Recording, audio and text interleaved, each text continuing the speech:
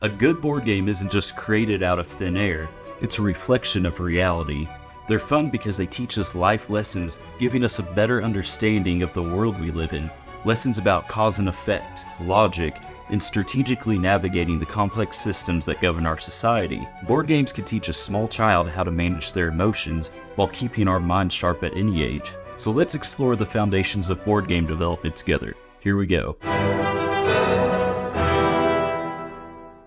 If you're new here, my name is Julian, and my goal in this channel is to document my journey in creating the ultimate strategy board game, Pincer, A Gentleman's War. In this game, you'll expand your empire by building colonies, managing resources, and most importantly, facing your opponents on the battlefield. I'm excited to announce the launch of my website, playpincer.com, where you can subscribe to my newsletter, then get alerted once playtesting is available. If you've enjoyed my work on this channel, please consider supporting me through a monthly membership where you can join exclusive live streams and discuss the game more directly with me. Thank you for your support. Now let's get into today's video.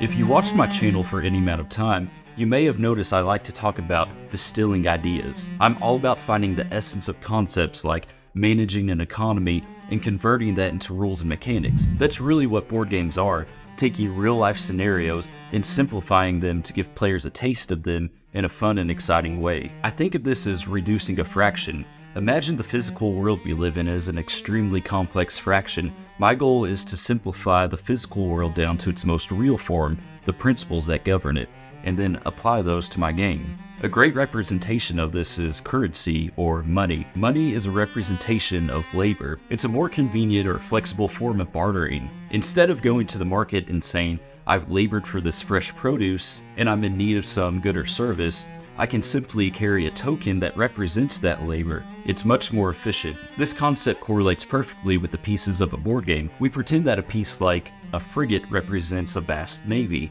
Understanding what that would mean in the real world, we then deduce basic rules and mechanics to govern it.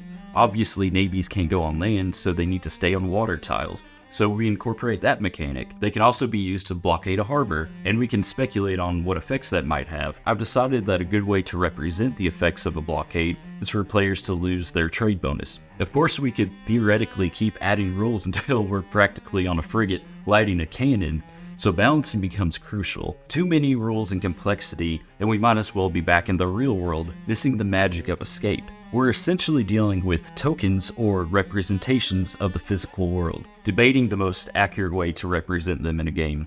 Think about the most basic game you've ever played as a child, like Candyland. It's a great game for children because it teaches them that life is full of surprises.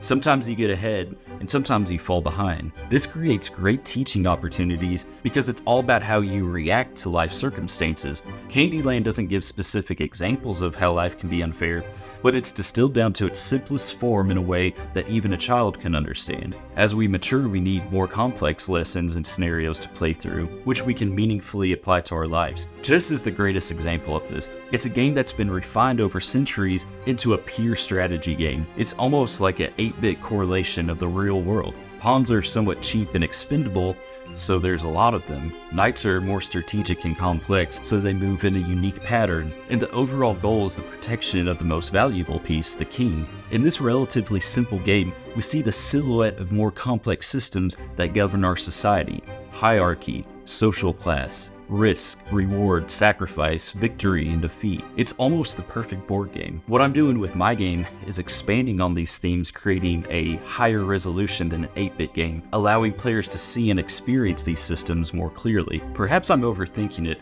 but I believe it's useful to understand the foundations to create a great game that resonates and stands the test of time. Another crucial part of game design is the artwork or theme. I think they go hand in hand. A lot of this comes down to preference and taste, but personally, I carry much of the same philosophy for rules and mechanics into my artwork, the simplification of designs. I enjoy simplistic artwork and tend to err on the more classic design. This is just my personal preference, but I also think that some designs will never go out of style. For example, I've mentioned 3D printing my pieces in a wooden resin to resemble more of a chess piece, which I still plan on doing. I think it's hard to beat the rich art of a wooden chess piece. It'll always look great. My game takes place in the early 18th or 19th century, so the theme and artwork should reflect that. The great thing is, I think it could easily take place in any time period. For a while I considered making this an ancient era game, perhaps with catapults and trebuchets. More recently I considered a Civil War era theme, trading out roads for trains. This could have been interesting since I live in Tennessee surrounded by Civil War history. However, my love for the Enlightenment era won out. If I had to admit one fault when it comes to design, it's that I tend to place myself in a box sometimes. I hesitate to make bold creative choices that could add more depth to my game. For example, I have one musketeer design that all players use in different colors, neutral in terms of nationality. Perhaps a more bold creative choice would be really leaning into the theme of my game and creating different designs for each player, representing different armies and nationalities such as American, English, French, or even Prussian. I can even expand this concept into the infrastructure pieces as well, making them feel more thematic. I'm challenging myself to step out of my comfort zone and into the theme more. Now this is a little off topic, but I'm curious to get your thoughts. If each player had different nationalities, perhaps a cool victory condition could be completing a super project, which would be expensive and have certain requirements. For example, the French would need to complete the Eiffel Tower to win the game, or the British would need to build Big Ben. I know this isn't time appropriate, but you get the idea. The game would essentially involve racing and fighting over resources to complete this super project. Just a thought, let me know what you all think. Back to design. Whatever your theme, a great strategy for artwork is to take a classic design and add a slight twist, not overdoing it though, or drawing inspiration from retro designs with iconic looks. People tend to gravitate towards this, perhaps out of nostalgia or maybe curiosity. Take Stranger Things. Its color palette and setting are extremely retro, which makes it comforting for some who grew up in that time period. For others like myself, it's a curiosity about that time period, and we tend to romanticize it. I also think of George Lucas when he talks about the temptation of creating sci-fi films is always going too far with the design. I may have gone too far in a few places.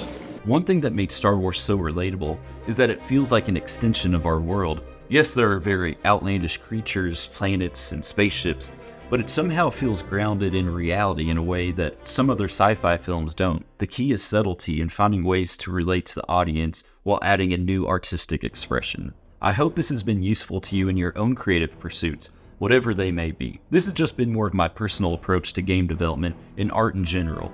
I think everyone settles into their own creative philosophy, and that's great. We can all learn from each other, and that's where the real magic is. Some of the best art is produced by multiple artists with clashing ideas. There's a tension there that can create magnetic energy. That's another reason I love hearing feedback from you all. Even if I don't agree with it, there's always a time where I need to stop and listen and let others' vision shine through my work. I'm excited for everything coming up on our channel, live playtests, the tabletop simulator, and members-only live streams where you can talk to me more directly. It'll all be great, and I hope to see you there. Thank you so much for watching. Until next time, and farewell.